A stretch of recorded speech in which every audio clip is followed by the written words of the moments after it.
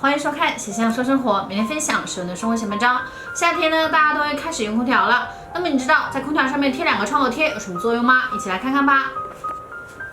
首先，我们准备一个创可贴，在中间的纱布的地方呢，我们滴上几滴的风油精，不需要太多。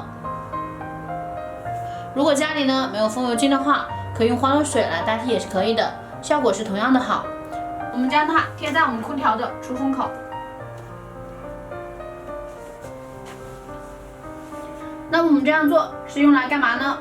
风油精里面含有薄荷的成分，味道十分的提神醒脑，蚊子呢也是非常讨厌这个味道，所以说我们可以借由空调的冷风，将创口贴上面的风油精呢给它吹出来，这样子的话就能让这个味道充满了整个房间，这样的话就会在不知不觉中将蚊子给赶跑了。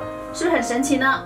当然，利用这个原理，我们除了可以将它贴在空调上面，也可以贴在我们家里的电风扇上面，这样可以通过风力将风油精的味道发散到空气当中，而且吹出来的风也是特别的凉爽，可以帮我们驱蚊，简直是一举两得呢。现在大家都知道为什么空调上面要贴上创可贴了吧？太好用了，希望能够帮到大家。喜欢这个分享的话，就请点赞加关注，我们下期再见，拜拜。